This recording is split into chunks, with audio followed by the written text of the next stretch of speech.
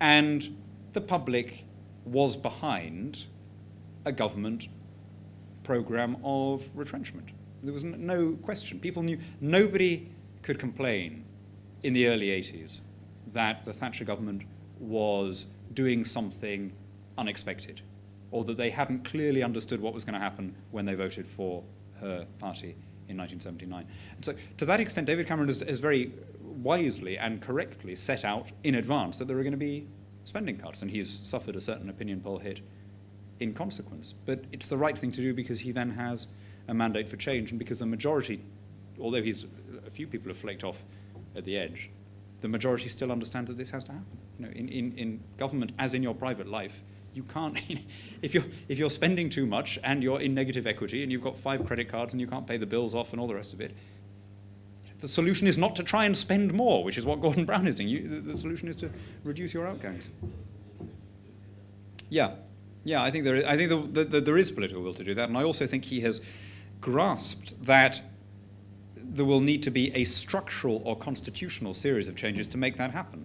That the way to make government smaller and more constrained in a fiscal sense is to make it more answerable in a constitutional or democratic sense. I think he's totally got that. So he's been much more radical than any previous Conservative leader in terms of what we might loosely call localism, having directly elected people running the police, having more fiscal autonomy for local councils, more parental choice in education, all of this kind of stuff. So yeah, I think he does get that.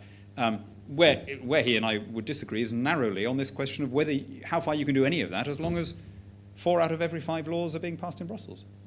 You know, and that, which is a real problem. And it just let me repeat that figure. Right, 84% of the legislation in the member states comes from the European Union. You know, so what's the point, in a way, of voting for either party? This is the you know, however much goodwill is there and however much flexibility there is on things like public sector pay, the underlying fiscal crisis won't be tackled as long as supreme power is wielded by the European Union. First of all, I'm not sure I accept that it was a crisis of capitalism caused by insufficient regulation.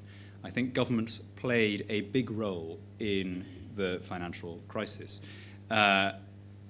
First, in the immediate sense that as recently as last year, legislatures were telling banks to make more cheap loans available against their own kind of market instincts. At the same time, they were deregulating liquidity requirements. Sure, no, but I think the real biggie, which was going to cause a correction whatever had happened, was that interest rates were kept far too low for far too long. This was a problem that was global. The Bank of Japan did it, the Fed did it, the ECB did it, the Bank of England did it, but that was a political, not a market decision. You know, and so I'm not sure I accept the thing that this was, you know, a failure of the private sector that needs to be corrected. Nor, I think, do I buy the idea that, you know, nationalised companies are a handy source of revenue. They're really not. I mean, quite apart from the outlay of getting them, almost every the arguments that were used, I can't speak for other countries, but the arguments that were used in the UK to take over the collapsing banks were exactly the same as the arguments that were used decades ago to take over the failing car industry or whatever. It was always said that it was going to be a contingent thing, it was going to be provisional, it was going to be a couple of years, we'll sort out the problems and we'll refloat it back into the private sector. With a bit of luck, we'll even make a profit for the taxpayer. It never happens because governments don't run these things very well. They don't, you know, they were no good at installing telephones, they were no good at building aeroplanes, they were, you know, they're not particularly good at running schools and hospitals. States do things badly.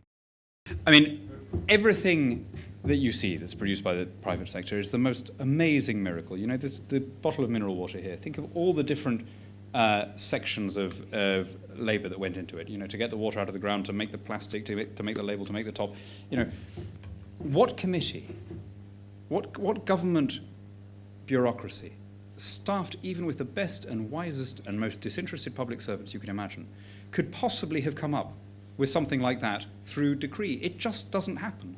It doesn't happen not because governments are filled with wicked people, but because they cannot see the whole picture and know what is the right thing to do at every moment. And, you know, the thing that has raised, if you're looking at, you know, the outcomes of of one system versus the other, the thing that raised the world to unprecedented prosperity in the years after the Second World War was removing state control over trade and over investment and over competition, and allowing international markets to flourish. And the countries that have stayed most outside that system, the ones that have been the most determined to be protectionist and to keep running things themselves, are the Cubas, the Zimbabwe's, the North Korean.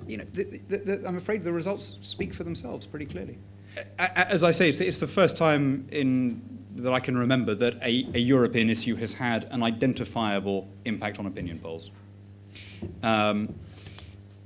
But you're right that in general terms, it's not an easy thing. I mean, it was a complicated 78,000 word long treaty.